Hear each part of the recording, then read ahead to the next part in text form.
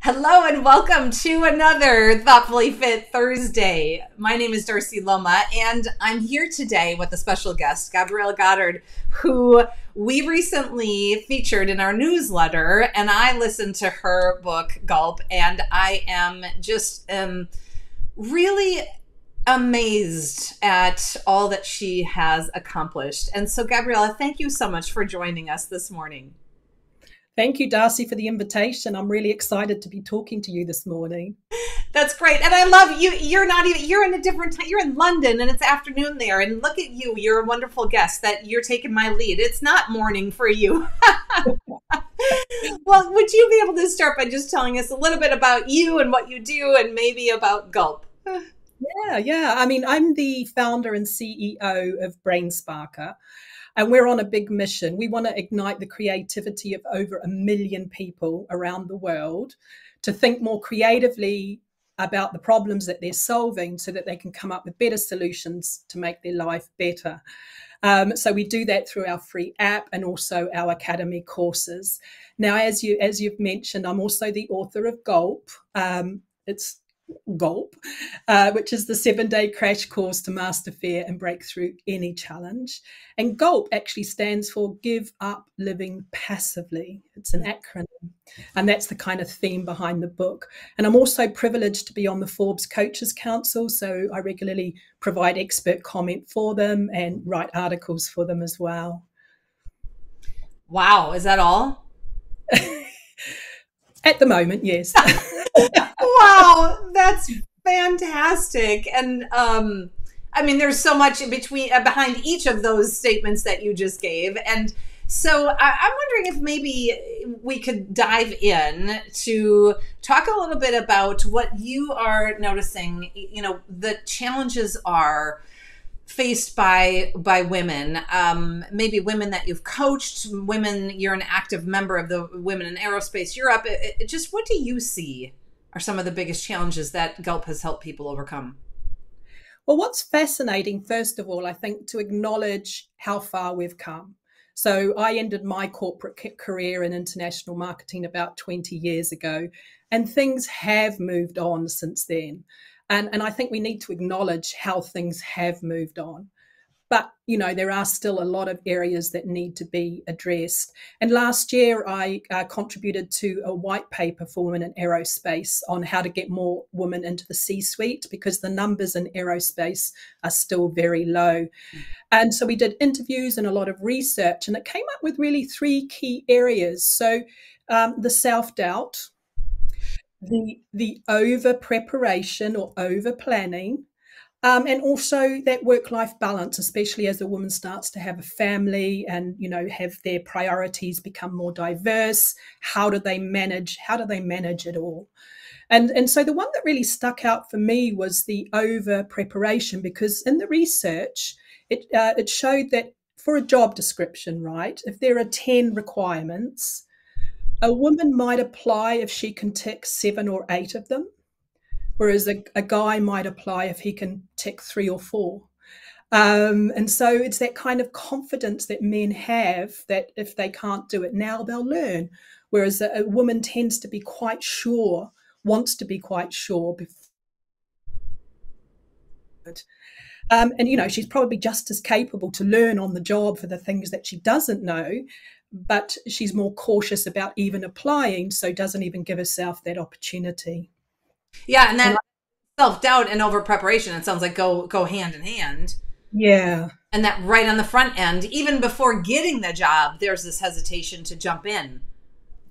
Yeah, and it's so funny, Darcy, because you do the research and you write the white paper and then you experience it yourself. So we're looking to get investors for BrainSparker next year, either through crowdfunding or through angel investors. And so I've been on this course on how to prepare all the investment assets, like your pitch deck, your business plan, and your financials.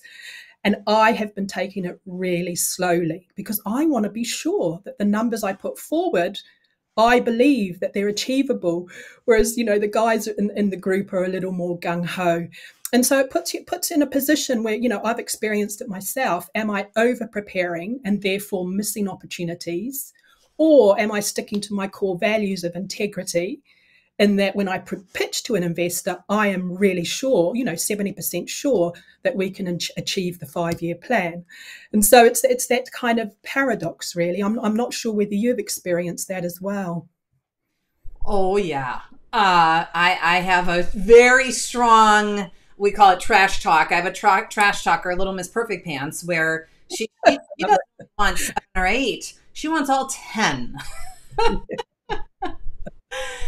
Yeah. And wow, congratulations. Going and pitching for funding, that's a big step. And I'm hearing you say it's playing out in your own life, that you're seeing that over preparation, which in some ways that's a huge strength, and yet taken to the extreme, exactly. It can become a challenge.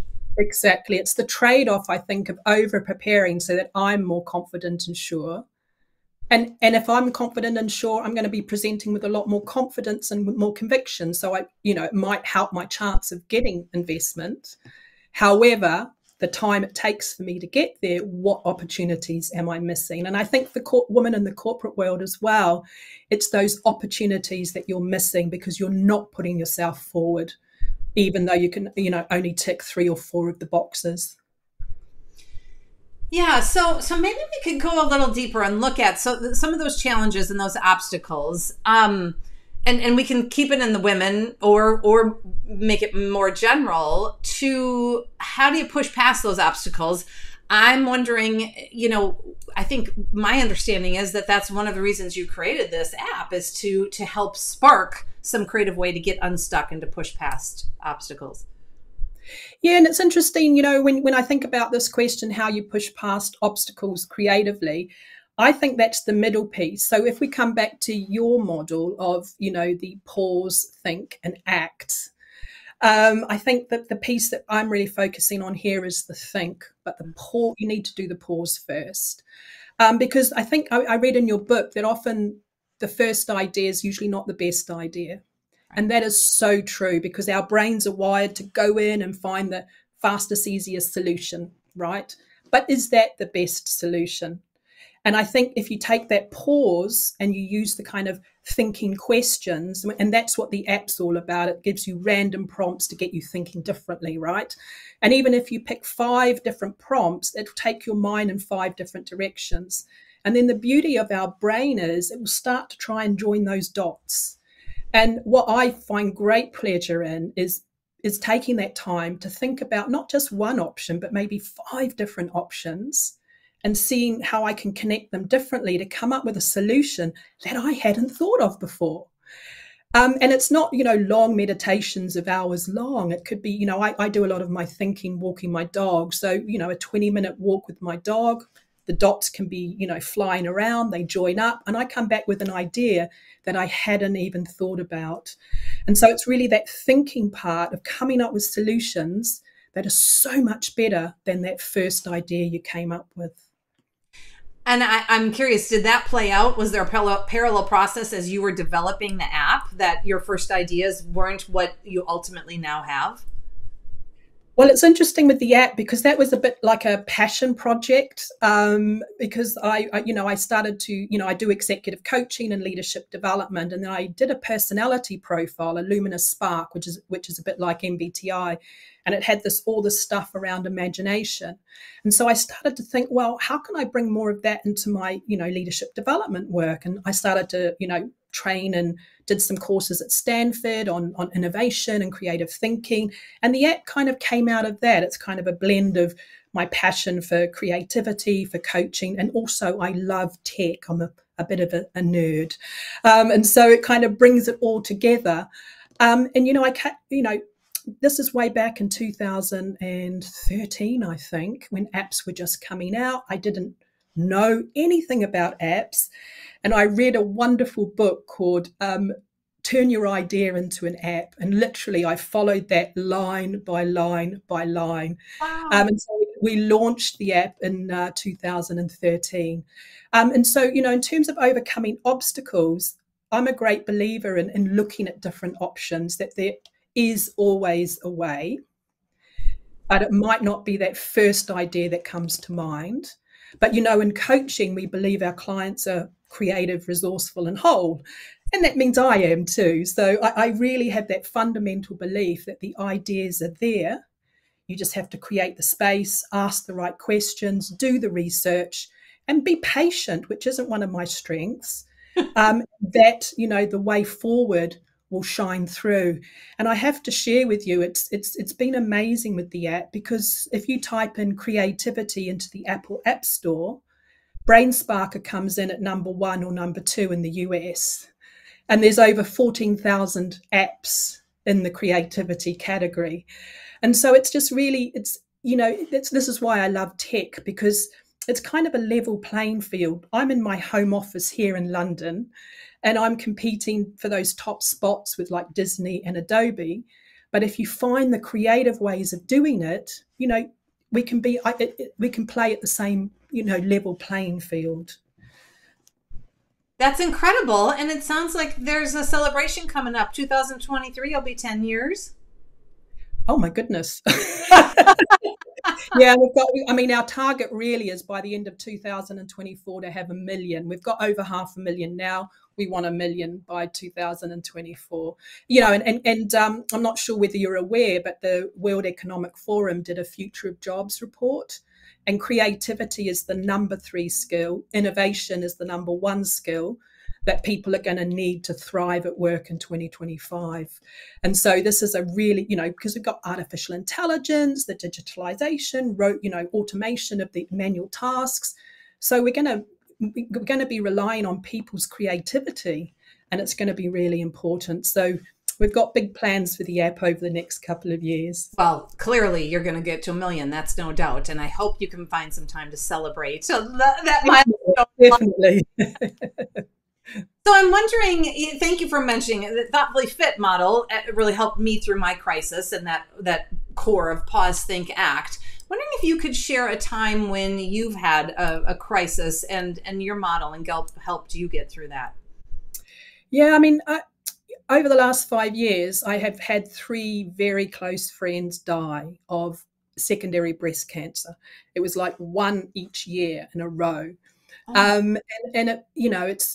It's obviously very traumatic for them, but if for people who have been supporting other people through, the dying process, it's a really rough experience. And so there's a lot of emotions, my emotions, their emotions, and it's over a period of time. In all 3 cases, it was over the period of a year. And so coming back to sort of Gulp, it's got those 7 steps. One of the key steps that I really relied on was the centering and the connecting. And you talk about this in your book, the importance of stillness. Because when you're in the middle of all that emotional turmoil, it's easy to kind of stop thinking clearly and just reacting. And so I really prioritized the thinking, the stillness, the pausing, and made sure I was looking after myself and my mental health and my emotional state, because I couldn't really, I wanted to be the best support to my friends as they're going through this, really difficult time for them. And I wanted to do that from the best place. And so using the sort of Gulp principles, that center and connect, was absolutely key. And my dog Chico, he's a Springer Spaniel, so he's got lots of energy. He got lots of walks during that time, because that was the best way of helping me calm down and find my center. And as I say, you mention a lot about stillness in your book, and I completely agree with you on that. And my condolences for losing 3 friends. That is too much. And I commend you, because it could be easy to just get busy, to numb out, to not feel the feelings, to not center and connect, to not go for the walk. But right, that's not easy to do. Yeah, but it was absolutely necessary, because when you've been coaching as long as I have and as long as you are, that our state and the state that you're in influences everything in your life. And so, luckily for me, I've got that coaching background. I've got that self-awareness. So I knew I had to keep my state, as calm and as centered as possible, no matter what. And that would help me cope with whatever was going on around me. Yeah, so maybe we could pivot from there and coping from everything going around you on that personal front and the you know the sadness of a tragedy of meeting of losing three friends, and take a look at from the professional lens. And you've reinvented yourself, and I'm wondering, how did you overcome, did you have doubts, and how did you overcome them as you were doing that? I think for me, what's really interesting, and I think it's as I've gotten older, it's become stronger. I have a powerful inner compass, right? And I get glimpses of things that I want to do, even though in the present moment they're totally illogical. They don't make sense. And I remember being on a retreat in Bali for entrepreneurs probably about 3 or 4 years ago. And in that we did our vision, and in my mind, it was like, I really want to work in the space industry. And then obviously, there was turmoil in my life with my friends passing away. I kind of forgot it. And then this time last year, I was attending the International Space University on their executive program. And I posted it on Facebook, and a couple of people from the course, from the retreat in Bali, those years ago, they said, yeah, you talked about that. And I'd kind of forgotten, but I have this. I'm really grateful that I have this inner compass, and so I know I get a sense of what I want to be doing. And we're so lucky to be living in this generation where we have the ability to travel, we can learn, we can dial into our computer and learn anything we want. We have this ability to make things happen in a way our parents didn't or couldn't, and so. What really strikes me is that for me, it's about the timing. So I do get frustrated. I have a vision and I'm like, why is it not happening tomorrow? I'm sure you can relate with that one. 100%. And, as I've gotten older as well, I've become more patient, and I understand the importance of timing. And it's not just about me. Other things have to happen as well. And so as long as I get a sense of that vision, not get too attached to when it's going to happen, and just be really patient and kind of let the process happen, but at the same time stay focused and be committed to what it is I want to achieve. And that kind of overcomes any self-doubt, because it's also I'm a creative person. So for me, a new vision is something to create. And so there's a lot of joy that comes from that as well. And so any obstacle is there to be overcome. And with any obstacle, we learn so much about ourselves. And even learning how to overcome it, we learn new skills, new mindsets, and all that sort of stuff. So I find obstacles a little bit of an inconvenience, to be honest. I needed hear this today personally. We have been researching and developing the Thoughtfully Fit model for a long time, and we launched the online Thoughtfully Fit gym this spring, and it's such a challenge to share the vision with something that's new and unique and creative, and it doesn't exist in the world. And I was having coffee with a friend, and he's like, oh yeah, you're at the beginning of the valley of death. Like, you've been putting all this time and energy into developing it, and now it's on the market, and you need people to understand it. And that valley of death, like, how do you keep pushing through and staying consistent and overcoming those doubts? So that was a gift for me to hear today. Yeah. And it's about stretching the timeline, honestly, and this is what I do with the app as well. So I just stretch the timeline. So instead of thinking it's all going to happen in 3 months, it could happen in 6 months. And what do you need to do consistently over those 6 months? But I'm a great believer that if you've got your clarity of the vision, the passion behind it, the consistent effort, it's like a snowball. It will pick up. And the great thing is you've got something out in the market, so you can get feedback, you can refine it. This is what we've been doing with our app. You can make it better with ideas that you hadn't thought of or your team haven't thought of, and get that product market fit. And I think that's one of the things I've gained from doing this course on, getting investor ready, is that sort of real pragmatic, be like more realistic, Gabriella, and give things time. Yes. Oh, did I need to hear that? Because it's like we want it to happen now. So I have one more question that I'd love to hear is you just have so many impressive credentials and successes. What have you achieved that you didn't think was possible? One of the things I find that people who tune in and watch or listen to Thoughtfully Fit Thursdays is it sparks some new awareness, it sparks some hope. If there's somebody out there who's feeling like they're stuck and they've got some challenge to overcome and it doesn't feel possible, I'd love if you could share a story with us.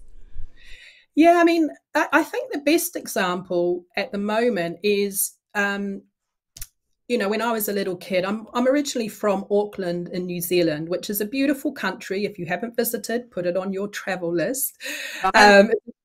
It's a beautiful country on the other side of the world. And I lived in a little suburb called Birkdale.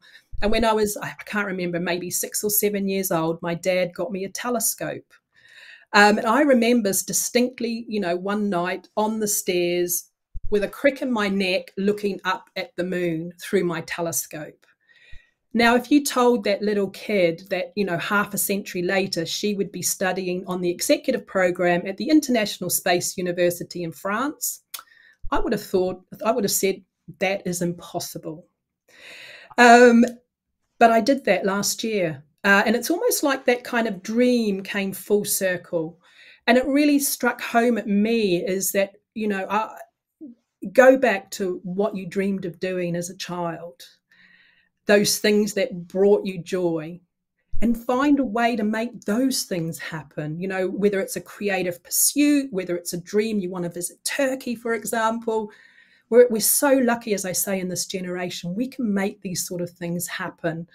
And so, go back to childhood and tune into some of those dreams that you had and close the circle on that. That's so beautiful. And I want to just insert a quick story. This was years and I don't know, maybe like 10 years ago, I was talking to my mom and she said, oh, since I have been a little girl, I have always dreamed about going to New York City. That has just been my dream. And I'm like, oh, that's so great. How'd you like it? And she's like, I haven't gone. I was like, Mom, are you kidding? You haven't gone. You've been dreaming about it since you were little and you haven't gone. So my sister and I get on the phone and we start planning with my dad and a surprise and we take her to New York City. That mindset wasn't there the same way, I think, as it is for our generation that, you want to do something, you make it happen. You figure it out. And when you close the circle on that, like when she does step off and, in New York on Fifth Avenue with the yellow taxis like she's seen on TV, it really closes an important loop. But I think also it brings incredible hope as well.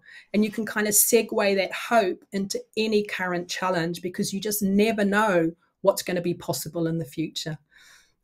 And that is a perfect segue to our Thoughtfully Fit core. So the next time you're facing a challenge or an obstacle, take a few minutes to pause and take a few deep breaths and think about how can you harness creativity to push through these obstacles?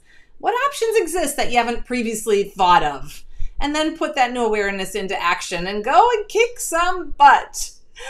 So I would love if you could share more about where people can find you and more about thebrainsparker.com.